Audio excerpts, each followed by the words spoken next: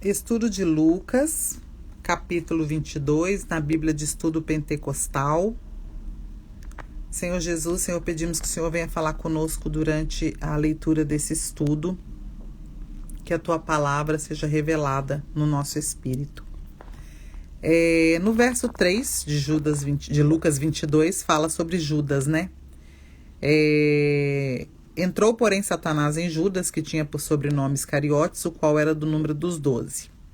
A história trágica de Judas, que antes desfrutara de comunhão íntima com Jesus, porém depois o abandonou e o traiu, serve de advertência para todos quantos seguem a Cristo. Nesta vida sempre há a possibilidade de o crente esfriar no seu amor a Cristo, de deixar Satanás pouco a pouco fazê-lo tolerar o pecado e o mundo em sua vida e finalmente trair o Senhor e a sua causa. Senhor Jesus, Senhor, nos livra de esfriarmos no teu amor, nos livra, Senhor, de nos apartarmos de ti, nos livra de todo engano e de toda sutileza das trevas, nos dá prudência. No 22:18, Jesus estava falando ali sobre a última Páscoa, né, a Santa Ceia, e Jesus fala sobre o fruto da vide, né? Porque vos digo que já não beberei do fruto da vide até que venha o reino de Deus. O que Jesus e os discípulos beberam na ceia da Páscoa é chamado o cálice, ou o cálice da bênção, e o fruto da vide. As evidências bíblicas apoiam a posição de que o suco de uva não estava fermentado na ceia do Senhor.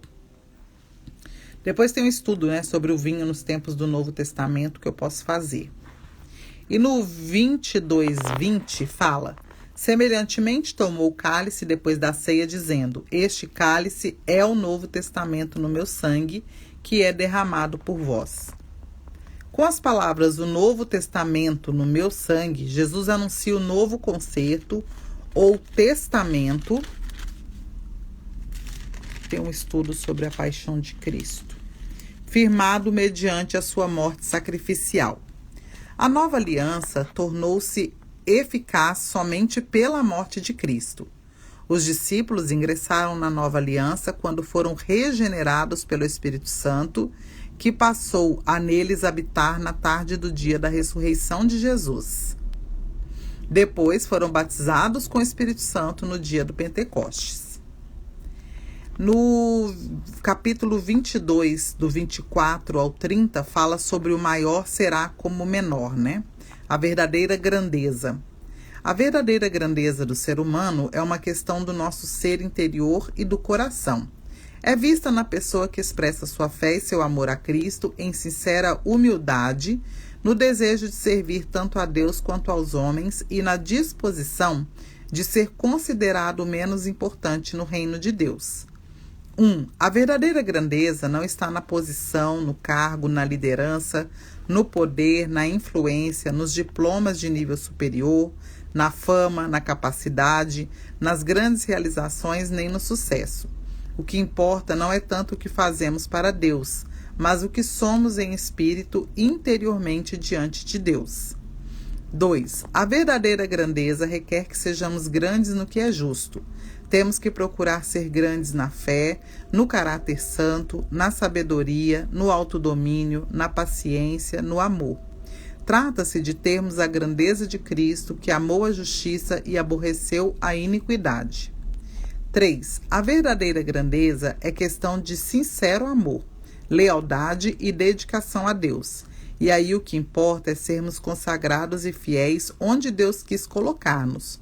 Por isso, aos olhos de Deus, os maiores no seu reino são aqueles que lhe consagram e a sua palavra, seu total amor, lealdade e dedicação. 4. Nossa consagração a Deus melhora os frutos do nosso labor na sua obra, mas somente na área em que Deus nos colocou e de conformidade com dons que Ele nos deu. Amém. Que sejamos assim, Senhor, com o coração totalmente voltado, consagrado a Ti. No 27, ele fala, pois qual é maior, quem está à mesa ou quem serve? Porventura não é quem está à mesa? Eu, porém, entre vós, sou como aquele que serve. No tocante àqueles que são escolhidos para dirigir a igreja, Cristo diz que devem dirigi-la como servos, ajudando as pessoas, sob sua orientação, a cumprirem a vontade de Deus para suas vidas. Nunca devem abusar da sua posição, nem traí-la por motivo de fama, poder, riquezas ou privilégios especiais. No 22, 28 fala, né? E vós sois os que tendes permanecido comigo nas minhas tentações.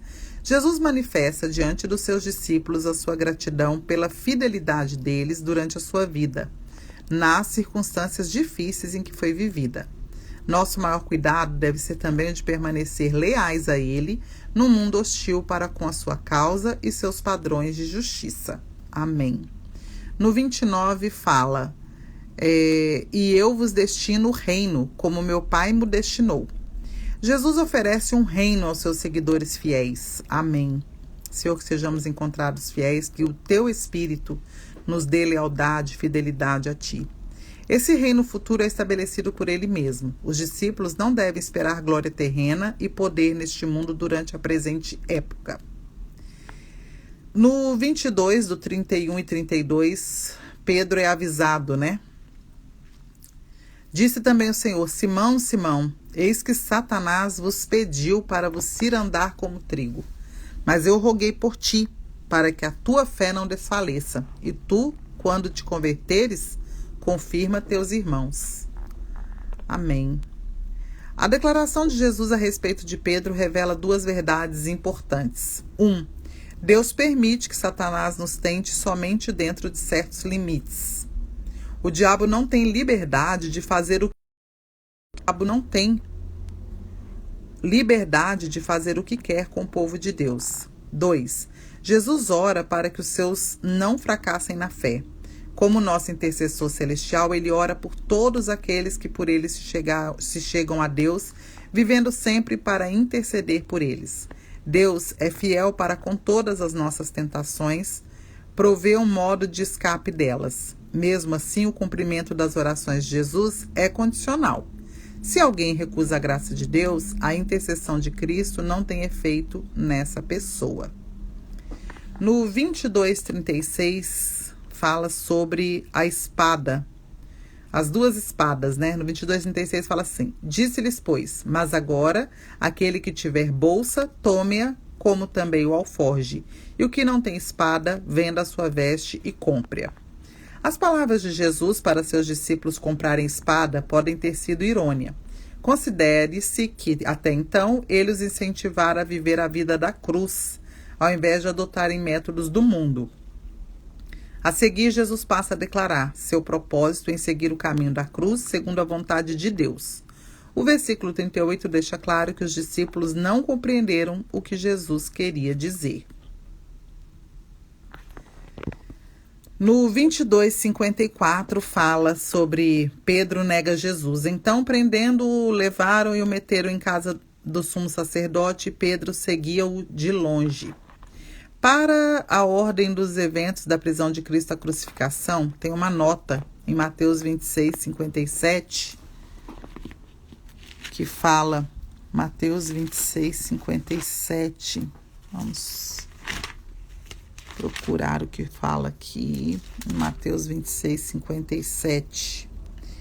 Um estudo dos acontecimentos que vão da prisão de Cristo à sua crucificação é de grande proveito. A ordem dos eventos é a seguinte: teve a prisão, o julgamento religioso perante Anás e perante Caifás, a negação de Pedro, depois a condenação pelo Sinédrio, depois o suicídio de Judas, depois o julgamento civil perante Pilatos, depois o julgamento perante Herodes, que o devolveu a Pilatos, o escárnio no palácio do governador, depois disso ele foi açoitado e a seguir conduzido para ser crucificado, depois a caminhada até o Gólgota e depois a crucificação. Ok. E no 22:62 fala sobre Pedro ter chorado amargamente. 22:62. E saindo Pedro para fora, chorou amargamente. Foi por fraqueza e não por iniquidade que Pedro negou o Senhor, pois nunca cessara de amar seu mestre e de crer nele. Pedro estava espiritualmente fraco e incapaz de resistir a uma grande tentação, porque ele, assim como os demais discípulos, ainda não tinham recebido o Espírito Santo com sua graça regeneradora no sentido pleno do novo concerto. Foi somente no dia da ressurreição que receberam a presença do Espírito Santo para habitar neles. Amém. Que o Espírito Santo de Deus que o Espírito Santo que habita em nós nos livre de todo mal e nos dê todo escape e nos dê poder para vencer toda tentação. E que nós sejamos achados fiéis e leais ao Senhor e à sua obra e à sua direção, às suas ordens, à sua ordenança, à sua palavra em todo o tempo. É assim que pedimos e agradecemos em nome de Jesus. Amém.